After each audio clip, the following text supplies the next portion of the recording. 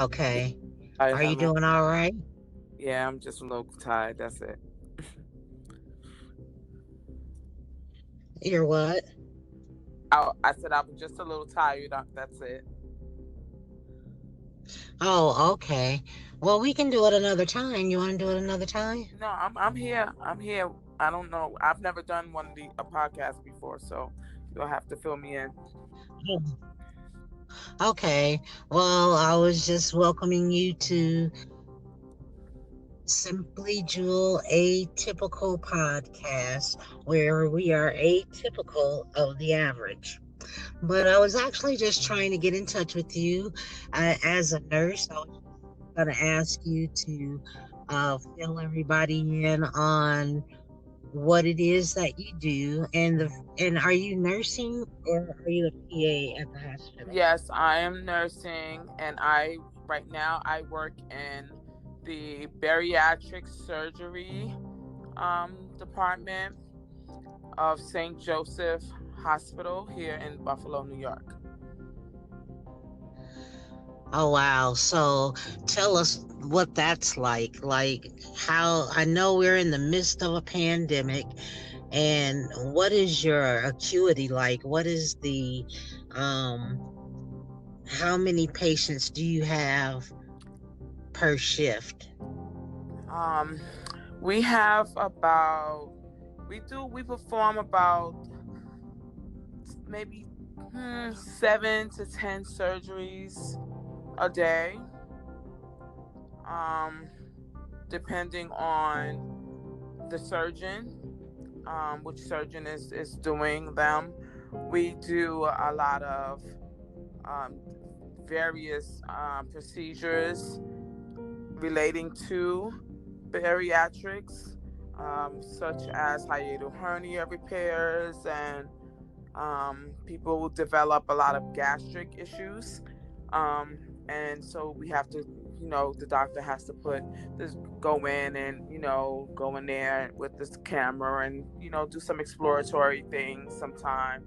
So it can vary depending on the surgeon.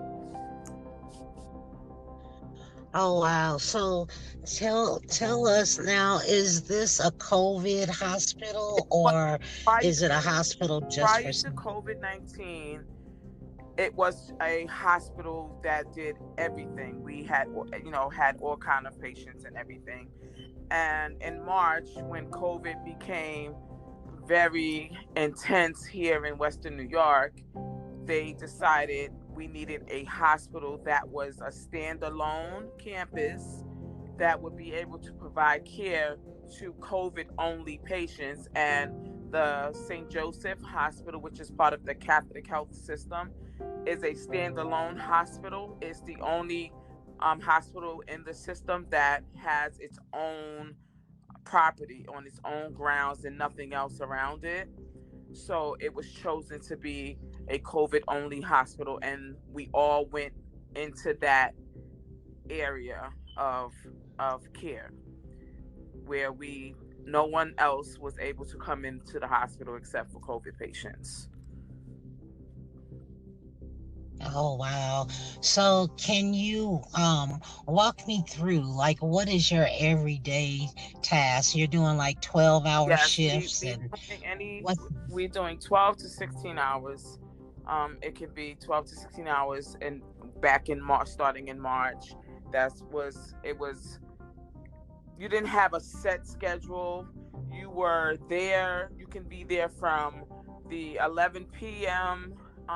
Shifts to 11 at night the next day, or you can be there until someone says, "Okay, you can go home," because it was so much to do. And then we had people, nursing and staff and doctors from all over the country coming to our hospital.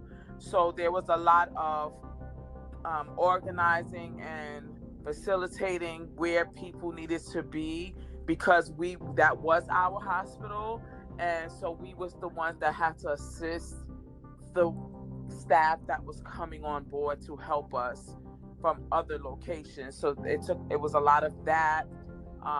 There was training going on. Literally, we have a gift shop and a cafe and stuff on the floor. There was also a metabolic center, all of which was closed down, and the main entrance to the hospital became a focal point for when we all would arrive for our shift. We would come in and either your regular scrubs or your regular clothing from outside, and you would have to strip down and be donned with hospital that sterilized scrubs. So we would come in dressed in one set of scrubs, and we would be taken out of those scrubs and put in scrubs that had been only in the hospital, sterilized inside the hospital. So it was a lot of donning and doffing going on in there. There was various zones. We had a yellow zone, we had a green zone, and we had a red zone. And the red zone obviously would be the wards where the intensive care units were, and all of the critically ill COVID patients. And the yellow area was the people that was sick, but they weren't critical. They had COVID, they were sick, they needed to be hospitalized and treated, but they weren't on their deathbeds. So, and the green zone was where we would go, be able to go and eat and have our breaks and stuff like that. We had food services brought in, so we would never leave. We could never leave the hospital once we were in, because then you would have to go through the whole process of Wow. doffing and donning and stuff all over again. So you could, Right. Which makes right, sense. Yeah. so it's Well, pretty sounds like intense, you have a pretty intense. From March to about July is when things started to kind of slow down. Um, we had a lot of discharges. We had a wall.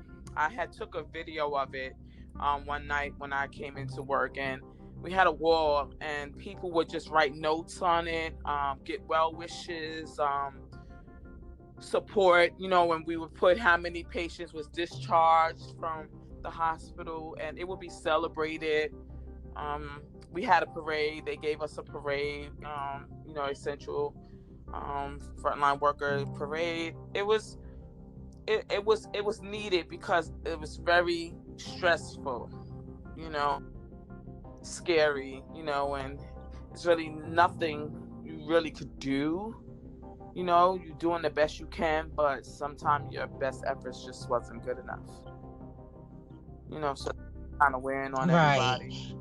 But everyone was, they stuck together pretty well, and they did a great job with all the help that we received from all over the country. They did a good job of housing them in the hotel down the road, so it made it easy for them to get back and forth, with the screening processes that we had to go through, anybody coming in the building, no matter who you were, what your status were. If you was we had the top of the hospital, he would come in and he would go through everything just like everyone else, which he wasn't used to. He's used to coming in there and walking in and going where he want to go, and that's it. But he too was stopped, and he accepted things for what they were. So it was very interesting. That's good. Yeah, I remember working in the hospital, and even when we had the catastrophes, it was everybody was like excited and your adrenaline gets to flowing. But COVID has brought on a whole new Yes. ball game. So yeah, I was just speaking to someone about working in the hospital and now versus even a year ago, how much it has changed. And what I like that you said is that they are a little more organized and they had a special wall for people.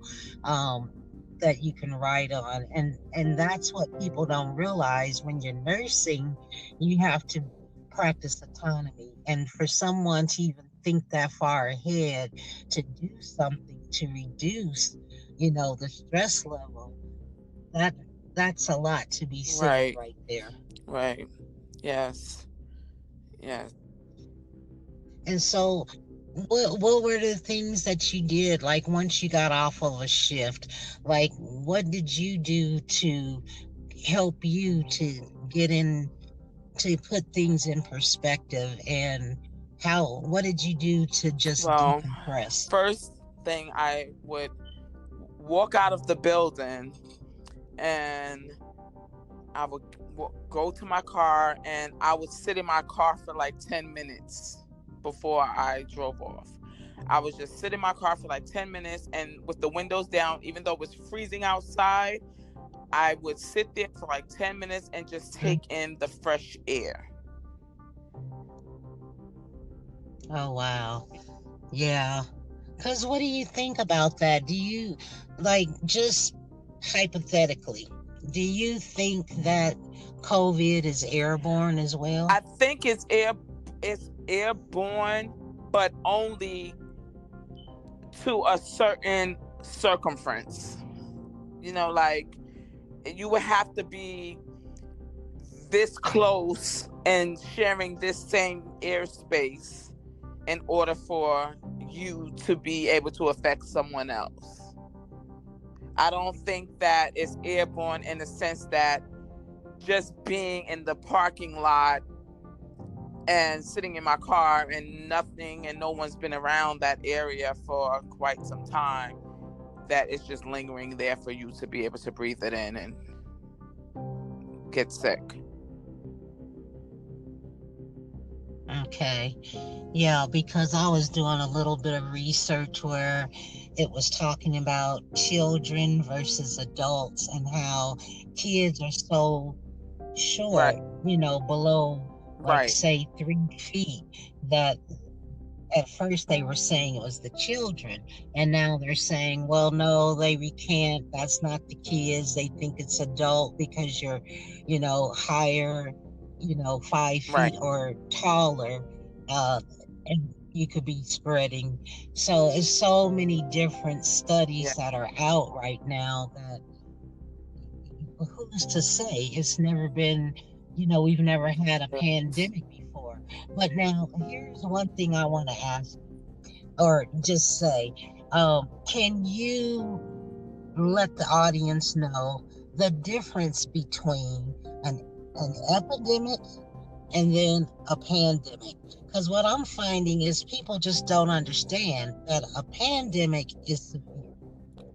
Jewel. Okay, you cut out. I Yes. missed half of what you said. Oh no, I was just saying, can you tell the audience the difference? Because I keep saying we're in a pandemic. There's a difference between an epidemic and a pandemic. And so, what's your take, and how can you give another definition or help the people to understand the difference between an epidemic versus a Well, what pandemic? we define, what is defined as an epidemic, is an outbreak of a disease that spreads quickly and affects many people at the same time. A pandemic is a type of epidemic, but it's a greater range. Like, the epidemic can be right here in a one state or one country, and a pandemic, it goes global. It goes all around the world, as such as COVID-19 has done to us. It's not just in America, it's in Canada, it's in Korea, it's in China, it's in Jamaica, it's in every continent that we have.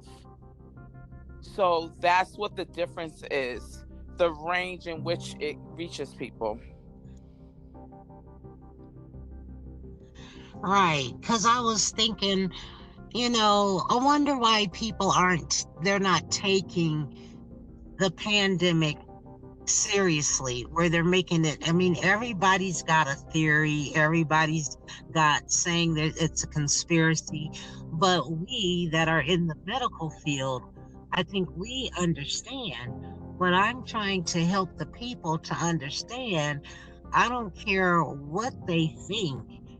This is killing masses of people, and we have to take it a little bit more serious than we have been taking it in the last, Now say, let me nine let me months. say that COVID-19 as a professional has hit me hard. COVID-19 on a personal level has hit me even harder. I have a niece, and she is 24 years old, and she has a compromised immune system as she had a bad heart when she was a child, and she suffers really badly with asthma. She caught COVID-19, and she was on a ventilator, and she almost died. They saved her life at NYU Langone Hospital in New York City. And I thank God today that she is alive. I have a brother. He too caught COVID-19. He is also a heart valve replacement patient. And he survived that 2 years ago. And 2 years later, he winds up with COVID. This is very serious. This disease, this virus has no exception to the rule. Everybody is affected. It has no color, it has no creed, it has no financial status. It doesn't care who you are. You are going to be Right, affected. And people that think that it's a game, it's a joke, oh, somebody planted it, even if that is all true, that it was planted by some human, it doesn't matter at this point because it's out there and it is killing people. It is making people very, very sick. My girlfriend just last night called me to ask me some medical questions because her grandchildren was just around their great grandmother, and their great grandmother died in the home that they shared together. And now the children, they are now 5 and 7. mhm, They just got tested today because of great grandma having died in the house with COVID-19. So this is not a game. No one should be taking this lightly. No one should be looking at it as, oh, it's just another thing like the flu. Yes, it has those kind of symptoms, but this is not the flu. And do people die of the flu? Absolutely. But at the more time goes by, we know that more times than not that people can survive the flu. People are not able to really survive this COVID virus. That's why the numbers are so astronomical with COVID. And it's absolutely. important to, if Yeah, you ever lived your life being a clean and person, a sanitary person, and to begin with, you would have a more open mind to everything that's being told to you in the first place. Because the fact of the matter is, I've been told since I was a little girl, before becoming a nurse, wash your hands, wipe down sanitize your area, wipe it down. right, These are things that we should all be doing anyway. So it shouldn't be such a hardship for those of us who grew up learning these things. You know, people don't want to wear masks. I don't want to wear them either. But guess what? We have to wear them. We have to wear them. You don't want to get right. tested. People think the test is horrible. I tell you now, I have been tested 6 times since COVID started. 6 times. Okay? It's not that bad. You take a swab, they hand it to you most places, and you stick it in your nose. It's not something you got to go all digging up in your nose, because that's dangerous. We don't want to poke your brain or nothing. We don't want to do any of that. So it's not where people think it's going way up in your nose, all up in your head and stuff. We're not doing that.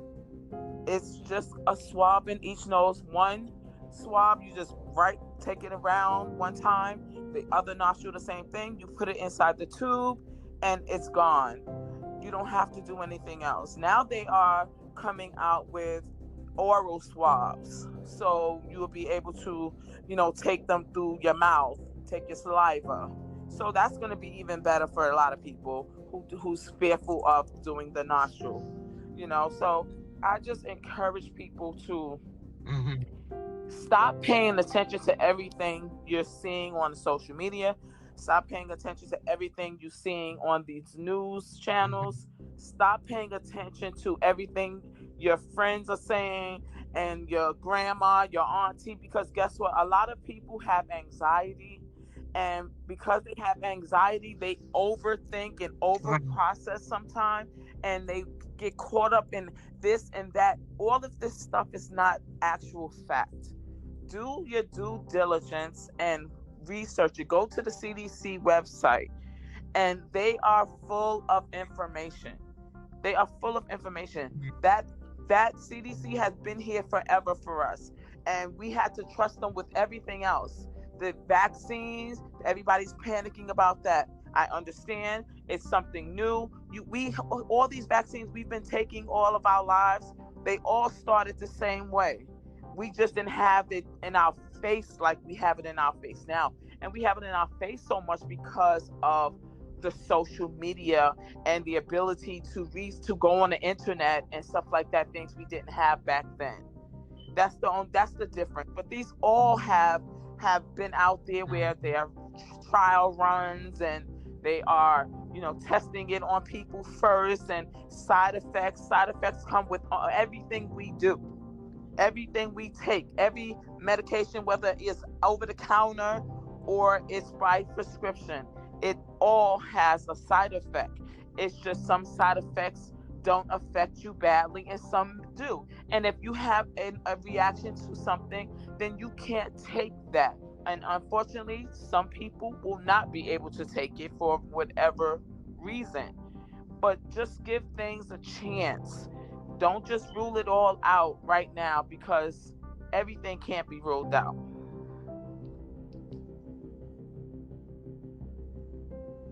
Well, that is true. And I think that's what, a lot of people are afraid of, is because it's not enough case studies, but because of the pandemic, it is bringing in a whole lot of theories and a whole lot of assumptions, because it is a pandemic and we have to get a hold of it before it Right. metastasize to something even greater.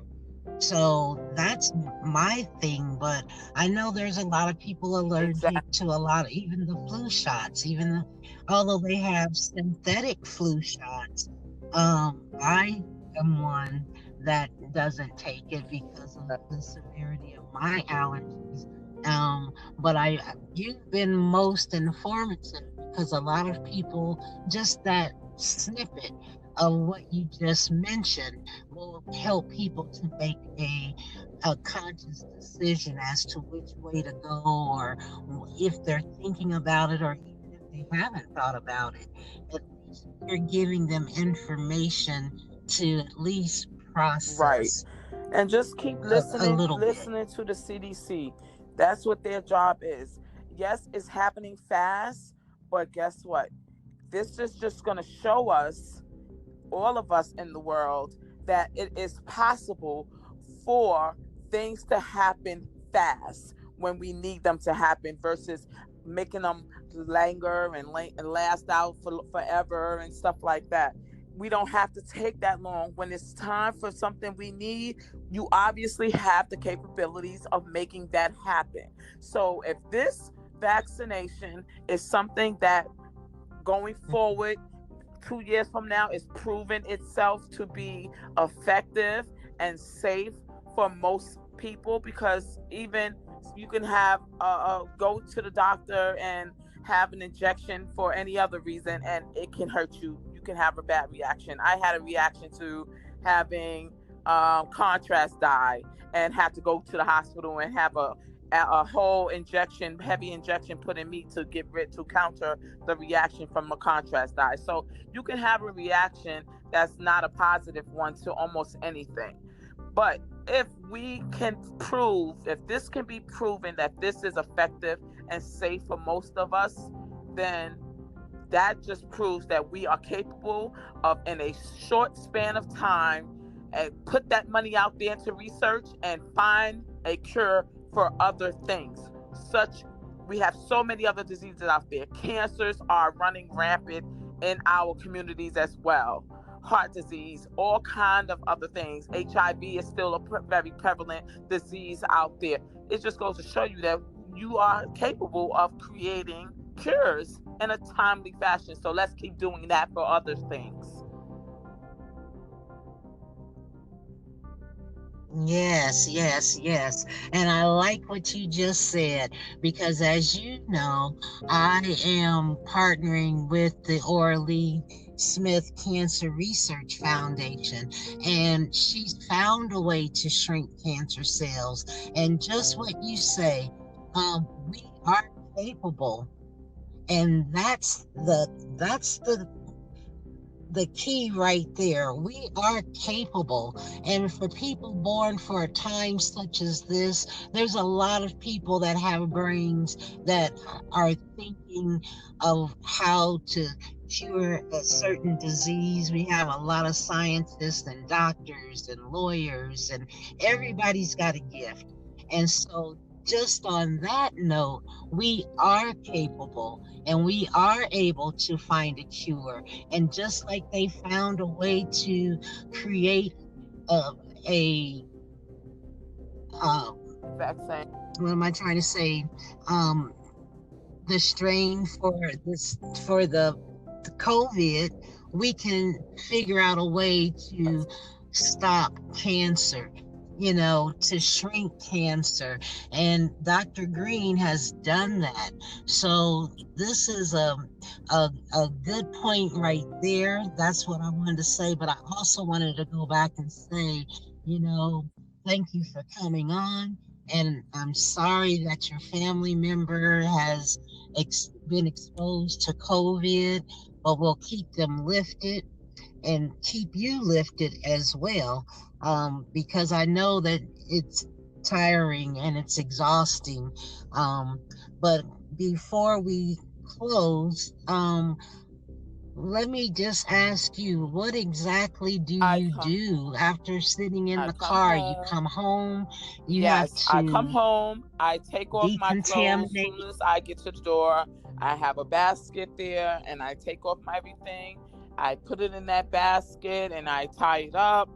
I go straight to the shower, and I wash from head to toe. And before I do anything else, before I grab a glass of water or anything, I have to be I have to cleanse first. And then I sit down. I usually Yeah. make me a cup of coffee or a cup of tea, and I sit and I turn on one of my favorite shows, or I put my gospel on in my ear with my headphones, and I say, thank you, Father God, for allowing me Hmm. to get through another day of this. And maybe tomorrow we will have no more of this. Amen. And that's what I do. Oh. Well, that's a beautiful thing. And again, once again, we all the stories that are coming in and that I'm talking to different people about traumatic experiences. And that's one thing I will say is that everybody is trusting and believing because you're so close to what we think, death, death and dying, that you've got to grasp onto something. I don't care if it's that cup of water, but you got Yes. to grasp and believe in something and if your higher power, but there is no one that can give you peace in the Yes. midst of a storm unless you trust and believe. Now, that's my 2 cents, but a lot of people may not get it and they may not, and that's fine. But as my mom would say, keep on That's living. right. You're going to That's trust and right. believe before it's That's all right. said and done.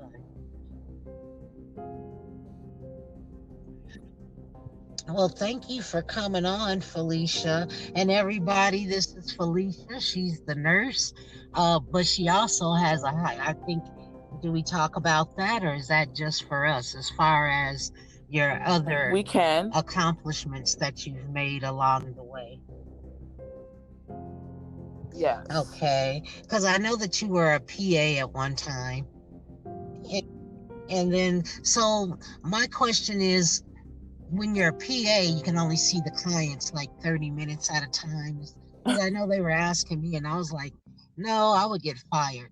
So that's why I ended up going this way, allied health, because I'd rather do community nursing. I'd rather work with clients before they're admitted to the hospital because of this very reason. I know when I was in the hospital working, Yes. it seemed like every floor had MRSA or C. diff. And so, Well, yeah. So, what do as you far think as the about that? MRSA,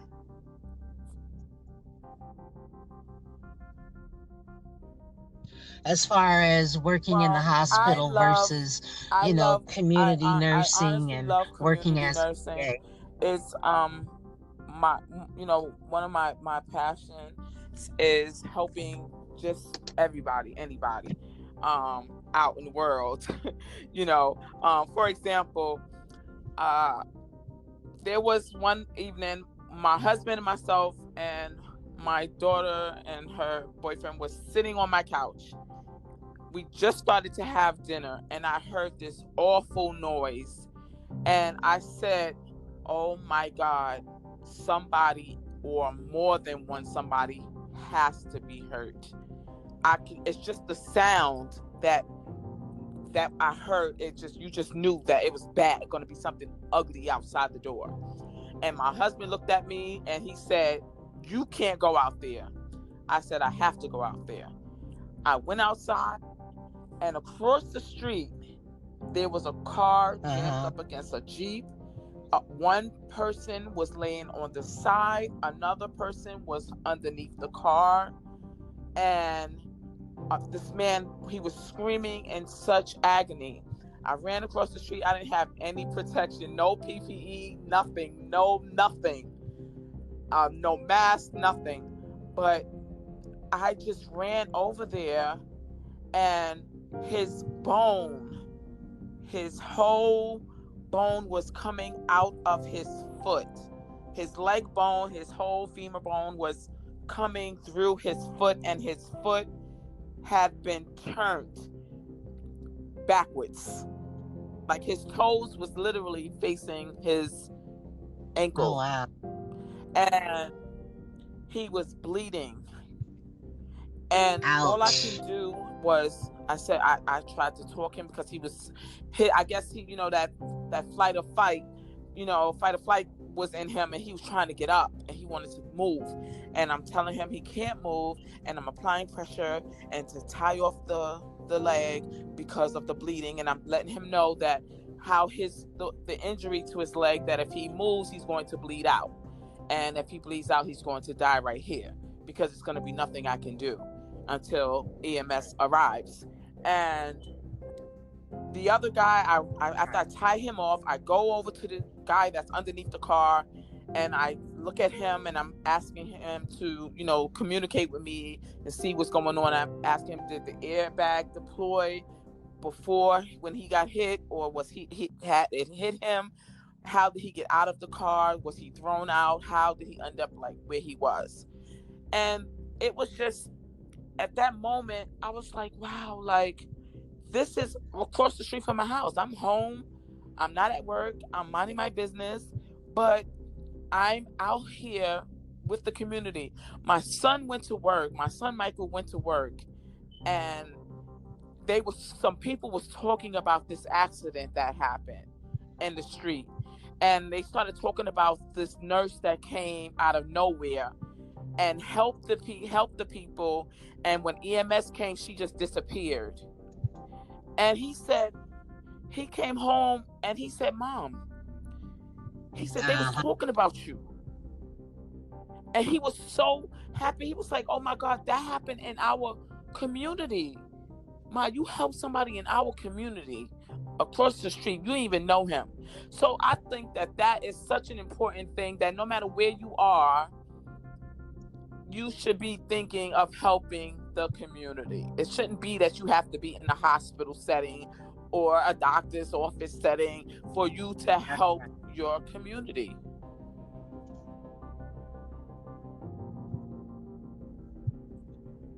Absolutely. And I feel the same way. I've had a couple of experiences and was there and on my way to meet a client and was right in front of an accident, right in front of my eyes. Had I have left maybe 15 seconds earlier, it could have been me. But the person got it, they turned in front of a car that they thought was going straight. And I was right behind them. And the lady got out the car and fell on the ground and was just screaming and hollering. But luckily, I had my medical bag because I was going to see a client and took the all I could do was just tell her to stay there and take the vitals and wrote it on a piece of paper. And then when Right. the ambulance came, I was like, here's the vitals. I had to go. But yeah, those are moments that you really feel it helps you, and it helps you to know that you're doing the right thing because you're in the right place at the right time, even though it's a bad situation. But God I is just there. love nursing. Yeah, I that's amazing. love nursing, and Well, you being a just gave PA, me it was a like killer. it's so restricted. I work with them on a daily basis, and they're just so limited, on what they can do, and I just didn't like that. I don't. I feel like I need to do more. I can't be limited like that, and they are very limited in what they can do. Right. I agree. And there's no other gratification you can get. I mean, it's good to be in the hospital, but being out in the community is so fulfilling. And that's what I love about being in the medical industry. It doesn't matter what your status is. If you're in the medical field and you can help somebody, Yeah. that's the best feeling. One of the best feelings ever. Well, Well, thank you so much for I'm coming glad that I on. was Let's able to close out. I join, want to thank and the I hope listeners that for what I've said listening to tonight Felicia. helps someone, even if it's just one of you guys, to hold on to something I said tonight, and it helps you in a positive way, and you share that with somebody else. Exactly. I appreciate that. And I also want to invite you to uh, the patreon.com/simplyjewel, where we go into the back and we're able to talk on a more personal level and give helpful hints. But that's for the people um, that have an ear to hear, and those that want to make healthy choices, or those that really need some expert advice. So I will be in touch with you on that. And I want to thank everybody for listening to Simply Jewel Atypical podcast tonight. Okay. Um, You're welcome, and Jewel. Good night, we'll be in everyone. touch. Thank you, Felicia.